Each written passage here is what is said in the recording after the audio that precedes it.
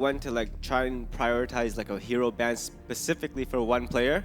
But in this scenario, like watching Jetpacks play that Cruel and be able to scale so well into the late game where Cruel is pretty much like unbelievably like strong, banning out a Cruel would actually be really good on their part. Banning out a Sky would be really good on their part. They have so many options to where they can go. Like Blackhawk actually made a couple really good plays in the early game. And like we watch a lot of SK Gaming from yesterday and today, and we do notice that they do make those mistakes in the early game. What we have to do is like Blackhawk needs to be able to capitalize from those mistakes and starve out their jungle, which was what evidently wasn't happening in the last game. Most certainly. And right now I do see SK Gaming going with that early Rona ban. There was some difficulty with the Rona last game. So is this something that you'll counter against the early team composition, or is they a little bit wary of it? Rona is actually very strong, and because like they have this idea that the other team could actually ban Kroll, who's actually great against Rona, they want to make sure that the team compositions are really fair and balanced throughout the jungle. And so then with this Rona ban, like they're probably trying to secure something very early game just to make sure that the other team doesn't have that that little advantage in the early team fights. Right, and Blackhawk once again goes with the Adagio ban. They know that SK Gaming does have priority on it, and this time they are not letting them pick it up once again. But SK, does this leave open the Kroll? Like, can they go with the Kroll again? Definitely, but with the Kroll, you can actually save it for last pick. And since you're being to get like that first pick, getting an Arden is so much more beneficial towards their team. Right. Oh, you see the Arden come out as expected. Rome, excellent predictions. Let's see what Blackhawk takes. Any thoughts on what they're going to take, Humanist? Well, I mean, we've seen a lot of the Koshka Fortress, and they could be pulling that if they want to get aggressive on it. We also know Blackhawk is really comfortable going into the late game, and as long as they can stall out. So, I mean, it could really go either way at this point. It's wide open for them. Right, so let's see what they decide to lock in. They are discussing right now. It's going to be an interesting draft. Rome, any thoughts on what they're going to take? Well, we see the Sky come out. Yeah, I was going to say Sky too, but a little too late. Sky and the other team was actually excellent last game, and because they used her mobility so well, she pretty much just juked out the entire Blackhawk team last game. So they're making sure that SK doesn't actually pick it up again, and Waldemar's not playing Sky. Right, and one of the big things here is they do have some really high mobility on the side of Blackhawk. They have the Vox, they have the Sky. Picking melee heroes up against that team composition is going to be a little bit tough for SK Gaming. But they do have this choice, like running a Kroll with an Arden, you can get up close to Vox and you can pretty much chase him down with the Shiver Steel. So they do have that option in play, but you have to think about how are we gonna like be able to jump to that back line? How are you going to be able to execute out this Sky later into the game? So stuns are really good on their team. Like they have to be able to capitalize, be able to dive in, be able to execute like somebody really quick, really fast. So we see a Saw. Okay. This was a little bit unexpected, I'd imagine. So, any thoughts on why they choose Koshka, Saw, and Arden? I'm kind of a little clueless, but they obviously came in this with a plan. And seeing how Saw is so strong in the lane, like they want that early lane pressure, and they want like Koshka to be able to like pretty much rotate as much as she can, invade as much as she can, and just like pretty much be detrimental in those team fights. Right, so I'm imagining they're so you see Blackhawk takes up the Catherine. They are going to look to lock down a Saw a little bit. They had the Death from above. They do have Merciless Pursuit. But Saw, who do you think he's going to go up against in lane? Or will he even go to lane? Saw's most likely going to the lane. Because his mobility is pretty slow, like the best place to actually put him is in the lane. Whereas Koshka in the jungle is very quick. Her mobility is insane. So they're going to use her mobility to actually try and take advantage of as much of the middle of jungle as they can. But with Catherine on the other team, it's like it was a very smart choice because the thing is, if she's able to like silence down the other team, they're able to actually jump in, spam their ults without anything being like reflex blocked. Right. So looking at these two King comps, is there anything in particular that you think will stand out? Just any last thoughts? It's gonna be like depending on like mechanical play, like individually. Like Sky and Blackhawk's gonna have to be playing out of her mind to be able to like juke around this Saw and be able to like burst them down with all her AoE damage. But we're looking at like on SK's side, like we need some items to be able to help them sustain really well. We want like a really tanky comp with a lot of reflex blocks because once Catherine dives in on you, you're stunned, and once she silences you, you pretty much have that CC for a couple of seconds there where you can't really do anything. Right, and to take us into the game, we once again have Forecourt Jester and Tasty Bacon. Take it away. All right, thank you, Z Kent and Koshka and Saw. Well, something to be said. I think it was summed up very nicely by Rome. Clueless. We saw the Adagios, we saw the Finns, we saw, and Saw was a good pick there. but here it is sort of a little different because he's not exactly the most mobile of characters, is he? No, definitely not. And it's the second time in a row now that SK has come out with something that really caught us off guard. Obviously, in game 1, picking both Kroll and Sky. This time now with both Saw and Kashka. SK, I think they may have known that people were going to be doing a lot of research on how they had been playing because of the fact that they had been playing against Blackhawk so many times in the past, and decided to get some surprises and pull out some extra cards up their sleeve. All right, so just like Rome said, Waldemar into that lane with that side. That stutter stepping is absolutely ridiculous looking, but he will be up there, will be Koshka there into the jungle. Vox is going to be the big competition here for Waldemar, and that's going to be played up by Salsika, and of course Bash and Cold off into the jungle. And once more, I mean, another Sky. Sky did phenomenal work last round. Waldemar, I thought, top-notch, big aces to him. Right there, because he just did an absolute fantastic job. But by the end of it all, now Sky and Vox, it feels like a little bit of a stranger comp. Waldemar's going to take a little bit of a stun, but by the end of it, it's only +1 armor there for Bash. And I'm not entirely too sure how the aggression's going to work with these guys. Yeah, they're going to have to be so careful about it because of the fact that, yeah, you have a really heavy early aggression from Kashka, and Saw is also extremely strong early game, but he also has to be very careful and very wary of these early ganks. And I do like the idea here by they're just going for this early shove. Look at that minion candy being used. Yeah, very early minion candy coming out by MYQ, but Bash, he's just going to come right back into this again. He's just like, get off my turret. Waldemar actually takes a 170 hit there from the turret as well. But again, the stutter stepping and the nature of these guys pushing forward, the early pressure on top of these turrets. I've heard, with certain Saw comps, you can even end the game in 6 minutes. And that's absolutely mind-boggling. Yeah, that's a very specific composition that has that. But that's only at the, I've heard it. I haven't actually seen it. But they're getting some good damage down onto this turret. They do end up backing off a bit here, but they are going to have to be careful as the rest of Blackhawk is starting to come in now. All right, so, a lot of lane pressure now coming in back and forth. Cold Ice going to be taking some cold hits right there from Jetpacks, but Bash, he gets actually real low at the suppressing fire by the end of it. That's going to be first blood, and it's going to go to SK. Yeah, SK picking up first blood there. That's, again, that early game pressure that they're going to be able to have. It's going to be extremely effective. Obviously, there is a very late game oriented composition coming out of Blackhawk just by having Vox. Vox on a team just shows they're going to be looking to dominate the late game. But with this Saw Kashka, they need to make it to that late game. I just love how MYQ just dodges forward and asks to just uppercut the turret. It's absolutely fantastic. But again, damage and damage and damage. Not only do we have a kill now for SK, but damage on top of that turret means that one bad fight this early from Blackhawk, and they're going to be down, several hundred gold because of that payout. Yeah, it's definitely something that we'll have to keep an eye on, is how quickly they can get this turret pushed down. It's coming probably a little bit slower than they actually wanted to, believe it or not, being 3 minutes in with that turret still relatively healthy. But here comes the gank. Yeah, and that's why exactly MYQ is right here. That Vanguard is just going to be the lifesaver here of Waldemar. As soon as you see Bash go in there with that Merciless Pursuit, you know there's going to be a collapse because they really want to do something about this Saw. But now we're going to actually swap for a few seconds here. Jetpacks is actually going to be covering that lane. He's going to pick up a few minions and a little bit of experience. Waldemar is now off to go do some shopping. This is his first time out of that lane. Immediately a reflex block. Yeah, definitely going to be wanting to keep himself safe from that Merciless Pursuit, because if he gets stunned, especially if he gets stunned, like as soon as he tries to start that roadie run, it's going to be over. Of course, we talk about it, and he just immediately gets hit by Merciless Pursuit. Yeah, but I mean, that wasn't really a big danger right there. He had MYQ right there, and at the very worst, the Vanguard, then the Reflex, that should be actually enough health just to kind of get him out of that danger zone. But as I say, Blackhawk, he's actually going to be heading back home, so we're not going to see a huge amount of pressure from Blackhawk for the next few seconds. They're just kind of going to be sitting here, making sure that the turret doesn't take any more unnecessary damage. But at the same time, Koshka's been out and about doing some really good farming stuff. She's now past level 5. She's very much on track for getting the first ultimate. Yeah, it's going to be close between either Cold Ice or Jetpacks getting to level 6 first because they are both very close in terms of their farm.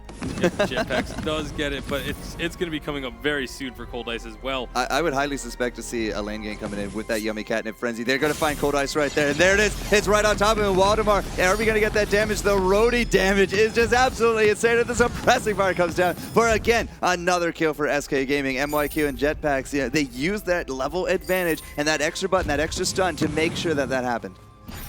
Yeah, really well played. And like you said, as soon as that level 6 was hit, immediately they move up into the lane with Koshka and get that kill.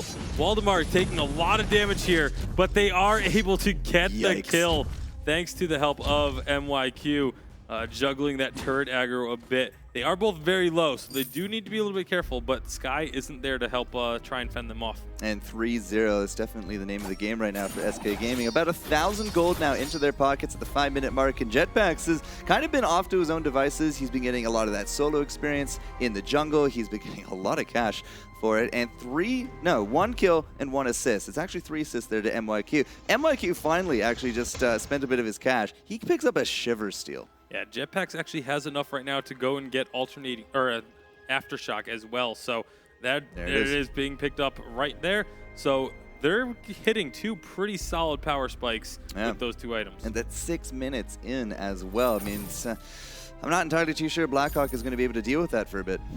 Yeah, definitely not. I mean, they're stacking up some health. They're going for the turret. Yeah, this should be the turret going. There's not going to be anyone there in time to defend this.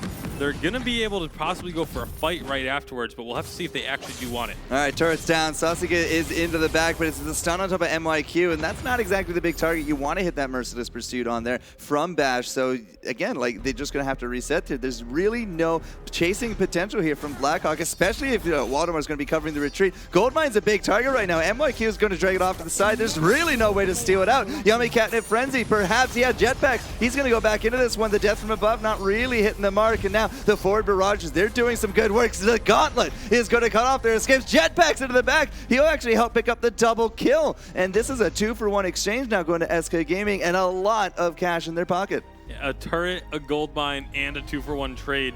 It all of a sudden makes that gold lead almost 3,000 gold here in the first 7 minutes.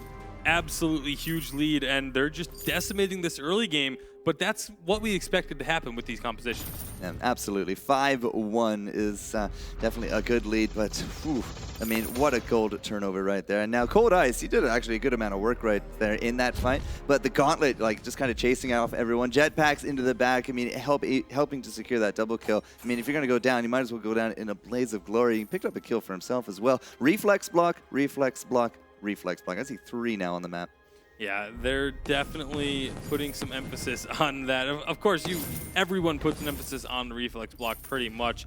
The only one that's missing one statistically. The only one that's missing one on the side of SK Gaming is the Arden, which is a little bit surprising because you'd figure he'd put some emphasis on getting that and turning it into a Crucible, but.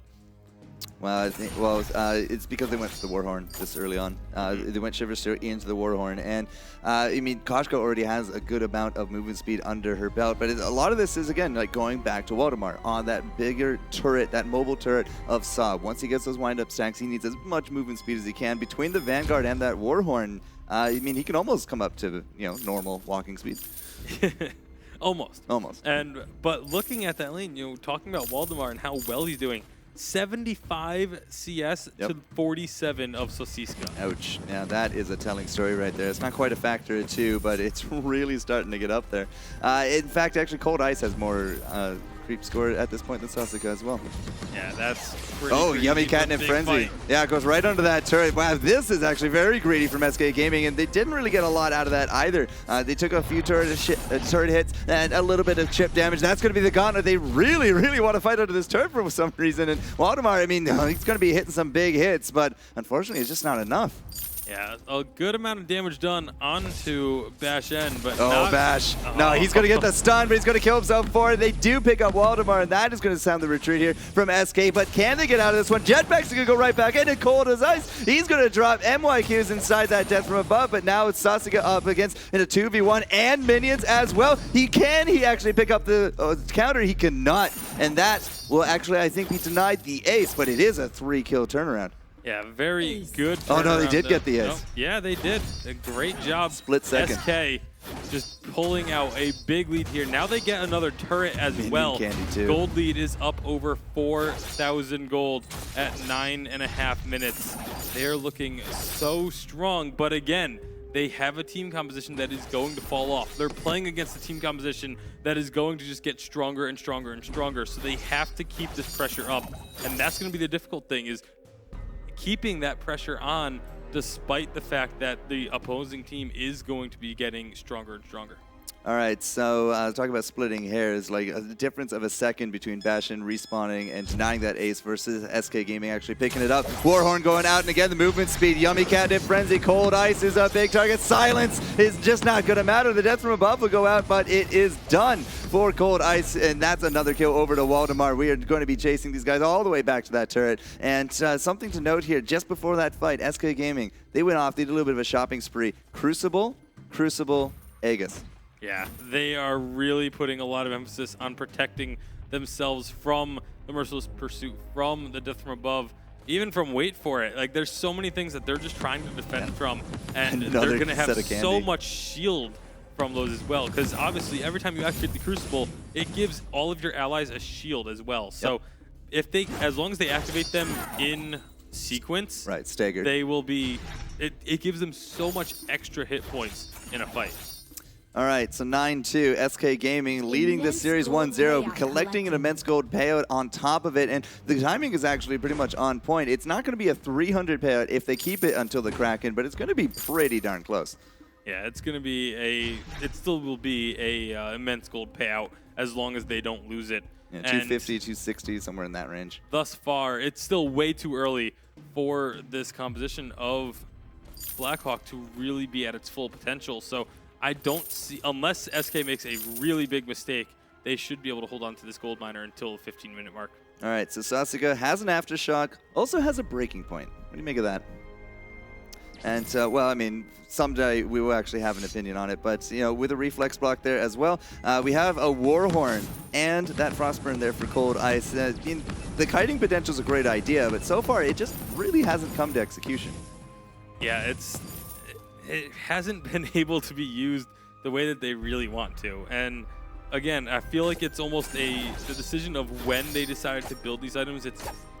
Warhorn is an item that you want to usually be used to engage upon your opponent or to chase them down.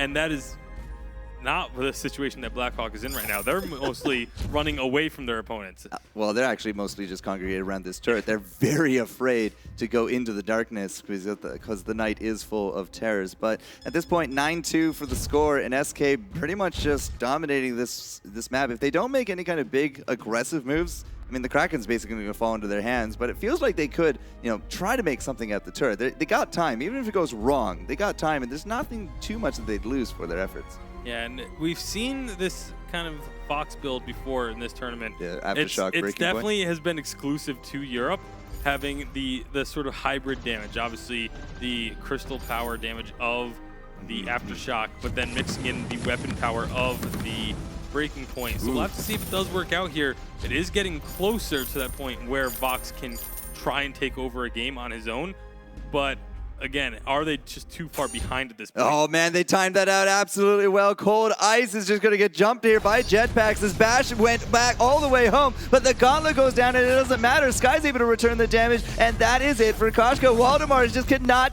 finish off that kill. He's going to be sacrificed to this, and now MYQ has to try to outrun this Sasuke, and I'm not sure that he has it in the bank. That Warhorn is actually going to be down. He could actually do the Vanguard. It looks like it's just going to be enough anyways, but Blackhawk, they're not going to be able to take their gold mine. That's some much needed cash in their pocket. Yeah, a very, very greedy play from SK coming out there. Way too greedy, in my opinion. They just why are they diving underneath the turret when you're less than 2 minutes away from Kraken spawning? It just doesn't make any sense to me. They got a little bit too antsy, I think. You know, being up 1-0 in the best of 3, I think they really wanted to try and end it. They really wanted to try and push this advantage they have, but that is not the way that you do it.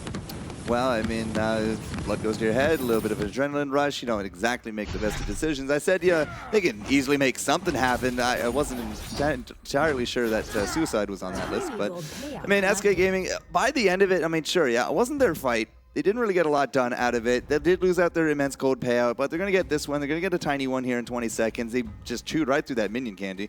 But they're still very much ahead in this game. I mean, 3,000 gold still between them. Veritably, BlH is still stuck on their side of the map. They are really just not able to execute a lot in their jungle, in their lane. They're very afraid to push out. So, again, like, even if that didn't work, like I said before, there's not a huge amount that SK Gaming is going to lose out on. Yeah, the Kraken is just spawning now. They do control both minion mines as well. So that's something we see a lot more in Europe than NA.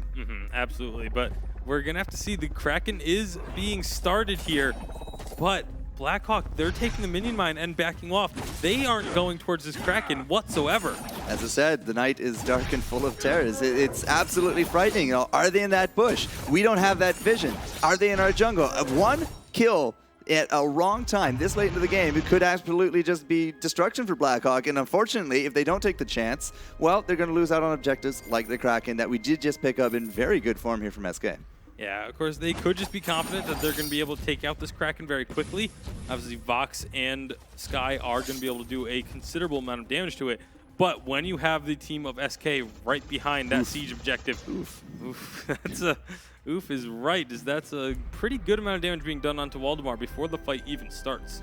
All right, but here comes the lumbering Kraken. It's not quite Santa Claus coming to town, but it's pretty good feeling here for SK Gaming to be pushing in. They really need to start cracking out this turret because this is a big choke point that they just cannot afford to fight in. And you can see they're very hesitant to actually fight in there as well. Death from above goes out. The gauntlet's there as well. They get the stun on top of Sasuke, and now he's going to be on the retreat. The Kraken will clean up this turret, and at this point, Waldemar, look at that shield. Absolutely massive amount of temporary health coming in. Another death from above. It's not going to be enough to kind of take down anyone, but it is trying to keep SK Gaming from pushing in with this Kraken, and well, mission accomplished. They got the one turret, but that's all SK got. Yeah, and taking the third turret is still okay, though. It gets you into the opponent's base. Right. It has them a little bit more vulnerable. They have to play even further back now. You can wait for the next Kraken. You can just continue to starve out the opponents from farming their own jungle. The problem is, we just saw before, SK, they got antsy, they got impatient, and they went for a fight. If they do that again, it would be underneath 2 turrets, and that is a devastating threat for them to take. So now we have to see, can they be patient enough to wait for Kraken to spawn again, or can they wait out and try and catch Blackhawk out of position? Will Blackhawk give them that opportunity? It almost feels like, though, that trying to crack this nut that is Blackhawk in this game, too.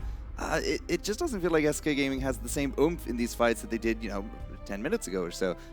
We have actually been very diligent in the farm. It's not a huge amount of farm, but Blackhawk has been steadily increasing their items, their cash. I mean, they were able to take the gold mine. That was a huge payout for them. Do we actually even still have it in the bank here for SK to kind of even take a fight? I really don't think so. I mean, we're starting at the point where, again, Sosiska on this Vox is putting out a ton of damage. Yep. Cold Ice is doing so much work with those forward barrages and Suri strikes. They're still down 5 kills, but the gold lead is now only about 3,000. They've been just slowly clawing their way back in. And again, it's the late game composition that they chose here. They lost early, which was to be expected. They continued to lose through the mid game because of that early game lead they gave up. But now this is where this composition really starts to shine. And as long as they can block out that Kosh goal, as long as they can make sure they don't get stuck in the gauntlet, the fights really should go in favor of Blackhawk. Well, maybe this was exactly what SK Gaming was waiting for. Tyrant's Monocle to be joining the cast and crew of the items of Saw. I mean, 40% crit chance on top of that with 50 weapon power. Again, he hasn't really built himself a ton of damage. If you look at it, 18, almost 19 minutes in, he's had the Sora Blade for what seems like forever, but now finally another damage item. Could this actually be the hammer to crack this nut? I'm not quite sure if that's going to be enough. Obviously, it will help a lot. It will go a long way. because of the immense damage that Saw is going to be putting out, especially when he activates that ultimate. Right. But again, it really does seem to me like SK, their best strategy at this point is going to be wait for this Kraken, start up the Kraken, secure. They're going to take it so quickly, and then push in with that Kraken buff. Try and do as much as you can to get those turrets down, because that's where they're going to excel. They can't really go for a full-on 3-on-3 fight. So we say this quite a bit. You don't really need to look at kills, especially when games kind of drag out a little bit. 20 minutes coming into it, 13 kills total. It's not really that huge of a statistic, but the 3,000 gold or so is maintaining steady between SK Gaming and Blackhawk. And yeah, I saw the Arden had actually picked up the Blazing Salvo, and would you believe he actually picks up a breaking point on top of that? Maybe he can actually solo this Kraken out. It is back in town, but no, Blackhawk, they're just saying, all right, we're finally going to come out of the cave. We're going to be fighting here into the sunlight. Waldemar is going to find Bash, but Bash with that sign is the death from above. We already threw it on the gauntlet as well, and, well, not a lot happened. Yeah, forward barrage actually doing a good amount of poke damage. I would really like to see Blackhawk just continue to move in and try and get this poke out, but instead, looks like they may end up in a full-on engagement if they're not careful. Now, SK might be in this lead, but they can't fight the Kraken and this team. They got to make a choice, and the choice right now is Cold Ice. Another death from above. That's going to actually now bring the team a little bit more split. MyQ has to use that Vanguard to try to get to safety, but it goes right into that death from above. Jetpack's trying to chase down Sasuke, who's having none of it, and Waldemar into the back. Sure, he's able to finally take down Cold Ice, but do they have enough to bring down the rest of Blackhawk? A suppressing fire does go out. Koshka into the back looking for Sasuke, but the silence, oh, it's just not enough. Bash is the only one still standing. The reflex, is that enough? The reflex actually get the kill, and now can Waldemar take down Bash, or will Bash actually take down Waldemar? They kill each other right in front of the Kraken. It is aces for both teams. Look at the player reactions. Absolute wave of relief on the faces of Blackhawk after that double ace comes out. What do you do when there's double aces? Well, you look at the lane and you see the double ace buffs going, but it's actually the Blackhawk minions winning out that one. They may get a turret off of this purely because of these ace buffed minions, because they just happen to have more on the map at the time. Sky also died extremely early into that fight. So did MYQ. So MYQ will be here to the defense. It's kind of crazy to think that there's actually still all the turrets now standing from SK Gaming at the 21.5-minute mark. And even in a 1v1, Sky's just saying, nope, not going to deal with that Arden. The Arden with a breaking point seems to be a theme of the day, and it's quite the scary one on top of that. So Cold Ice is going to take a little bit of time to just do her jungle for what seems like the first time in forever, and 3,000 gold between the teams. Square one. Yeah, this is such an exciting match thus far. Both games 1 and 2, they're so close. These two teams are so close together in terms of their skill, their strategy, their ability. It's absolutely amazing to watch. It's almost upsetting that one of them is going to have to lose this match. But that is going to be the case, as Kraken once again being started up, but all 6 players are right around this area. So Kraken does reset, and everyone buying infusions. Yeah, Koshka. Except Waldemar. Yeah, well, Jetpacks has only the one, but it's about to run out. No weapon. Waldemar, yeah, his actually did just run out right now. Well, just a few seconds ago. If we fought right now, Blackhawk would have a huge advantage. Yeah, but they don't seem to know that. Yeah, it doesn't look like they are quite paying attention to that fact. And Jetpacks is out, Waldemar's out, it's only Kraken MYQ. is being started. This is going to be such a big fight. All right, we got to get those infusions like right now, gentlemen. Like, it has to happen. We're going to check out these bushes with that forward barrage. Doesn't find anything. The Kraken will live to fight another day, at least for now. Waldemar finally did actually pick up that weapon, but 12-7, 19 kills in the 23-minute mark, and the gold has not really changed a lot in, what, about eight or so minutes? Yeah, it's been so dead even. And again, we're at that point where the gold doesn't mean a whole lot because everyone's just spending pretty much all the gold that they get is going into infusions. All right. And now we get, again, the poke. There's a gauntlet going down. Yeah, but does it actually get a stun? Looks like Sasuke's actually still standing and is actually cutting out MYQ. The Yummy Catnip Frenzy into the back, though, on Jetpacks, but Koshka will actually take down the Jetpacks very easily. Now Jetpacks now going for Bash and as well as Sasuke, but, I mean, we could easily just cut losses, get Kraken right here, and I think that's what SK is going to do. Yeah, definitely agree with that call. And Cold Ice, getting caught by Yummy Catnip Frenzy. It's happened multiple times. Many It times. just hasn't been. And he has the reflex block. The reflex block was used. Why is he still getting hit by this? You know, the Crucible wasn't touched. The Fountain of Renewal wasn't used. All right, BlH, he's actually just trying to make a stink here, but, you know, has to protect that Sasuke as well. Not enough for the Kraken. It will actually get unleashed. BlH is now going to be running. He knows that he's going to be a big target, and they need to survive in order to get this defense out. But here comes Jetpacks. The slow comes in there as well, and I don't think BlH is going to get out with the Yummy Catnip Frenzy. Is going to secure the kill. Storm Shield or not. And what is the status there on Cold Ice? 6 seconds still. He will be here for the defense. Sasuke by themselves without that Catherine, though. This feels like good game. It very well could be 3-on-2 on this defense with Kraken pouring in.